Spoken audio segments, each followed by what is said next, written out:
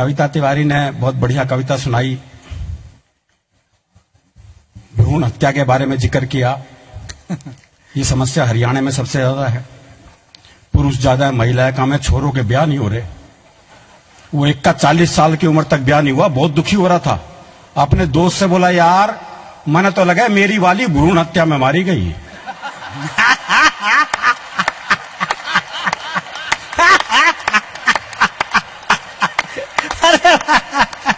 ये तकलीफ है जी हमारी। क्या बात है, वाह। ये तकलीफ है, और ये तकलीफ तब और बढ़ जाती है जब ओलंपिक हो, चाहे पैरा ओलंपिक हो, चाहे साक्षी मलिक हो, चाहे दीपा मलिक हो, जब दोनों जगह हरियाणा की छोरियां पदक लेके आती है तो ये तकलीफ और ज्यादा बढ़ जाती है। वाह वाह वाह। बहुत बढ़िया कार्यक्रम है। आदरणीय गुरुजी के चरणों में कई बार काव्य पाठ करने का सौभाग्य मुझे मिला है। लखनऊ से शबीना जी आई है, कविता जी आई हैं, ये दोनों उत्तर प्रदेश की हैं। अभी चुनाव होके चुके हैं वहां। 11 मार्च को परिणाम आए थे। 11 मार्च को 11 बजे अखिलेश ने राहुल जी को फोन किया, बोले लगता है हम बुरी तरह हार रहे हैं, ये तो हद है। राहुल बोला तेरी तू जाने, हमें तो आदत है।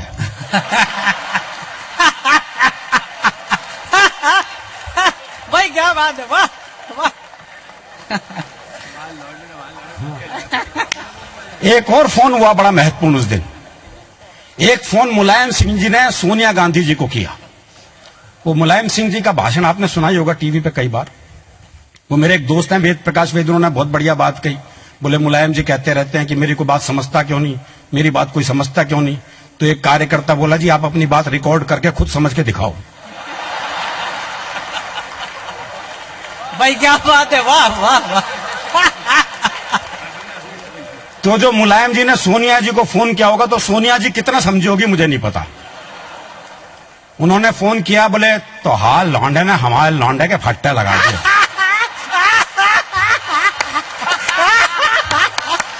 भाई तालियां बनती है जोरदार, भाई वाह।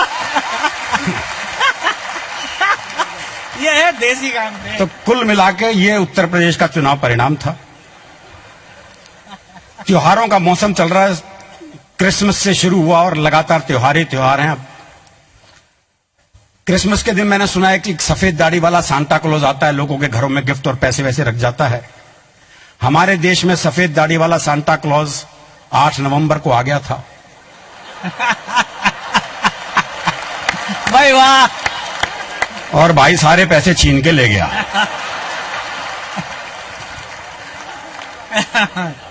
ठीक 7 नवंबर को गुरुजी के चरणों में हमने काव्य पाठ किया था रामदेवड़ा में, और 8 नवंबर को ये घटना घट गई सर।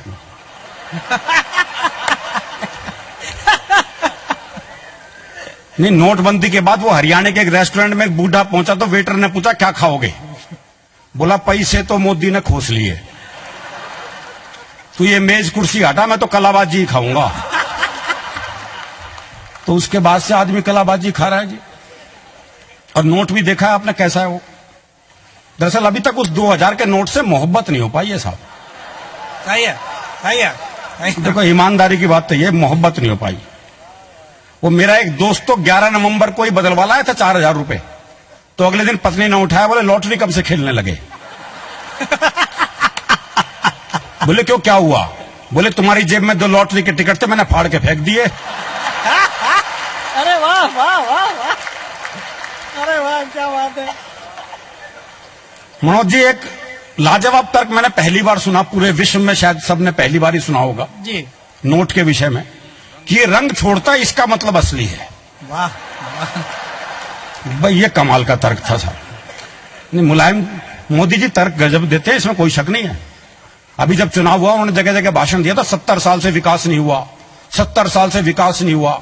इस चक्कर में अपने 3 साल भी जोड़ लेते हैं। 70 साल से विकास नहीं हुआ। अरे मोदी जी, दूसरों के बाथरूम में झांकने की बजाय सही टाइम पे अपने बेडरूम में झांक लेते तो आज विकास घोड़ी चढ़ रहा होता।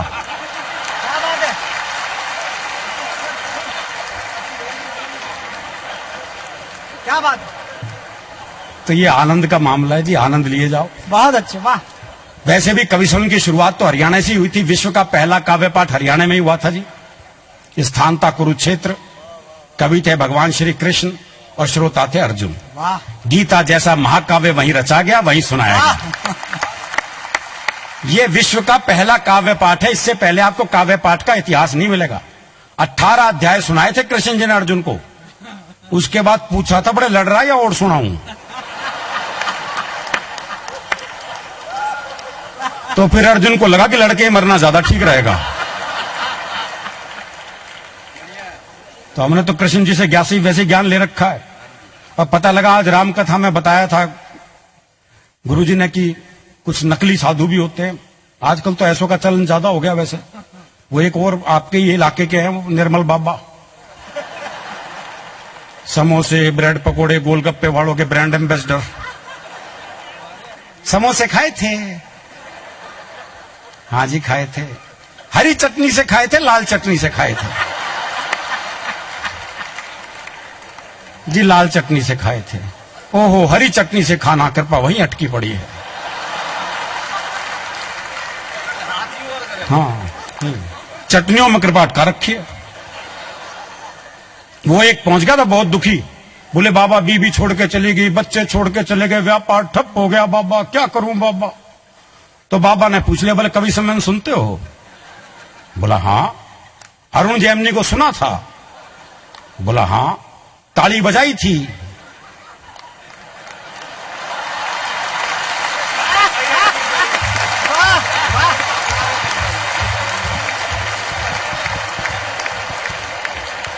तो पता नहीं जी कृपा कहां अटकी पड़ी हो।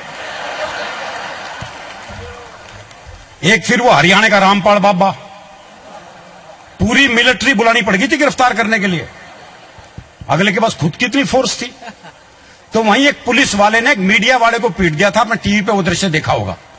तो मैंने पुलिस वाले से पूछा, मैंने कहा मीडिया वाले को क्यों मारा? हाँ बोला सामने से पेट्रोल बम पड़ रहे थे, गोली चल रही थी, पत्थरबाजी हो रही थी, और वो मेरे हलक में माइक देख के पूछ रहा था कैसा महसूस कर रहे हो। मैंने तो बस ये बताया था मैं कैसा महसूस कर रहा हूं। और हरियाणा की तो मस्ती वैसी ही अलग है जी। दरअसल क्या है, हमारे यहाँ हर संबंध हास्य रस में है। बाप बेटे तक के संबंधों में हास्य रस है। वो एक बेटा रात को 9 से 12 पिक्चर देखने जा रहा था। तो बाप ने कहा अगर जागता हुआ हूं तो दरवाजा खोल दूंगा, लेकिन अगर सोते को जगा दिया तो फिर नहीं खोलूंगा। अब वो रात को 1 बजे लड़का वापिस आया। तो बोले कैसे पता लगा बापू सोवे है जाग गए है? तो अगले ने चौकीदार की आवाज बनाई। बोले राम प्रसाद सोवे है जाग गए है? बोले जागू। बोले जाग गए तो खोल दे।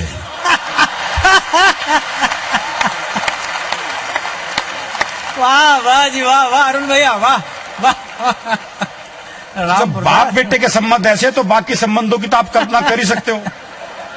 सास बहू दामाद ये तो हास्य रस से भरे ही पड़े हैं। हाँ। वो सास ने दामाद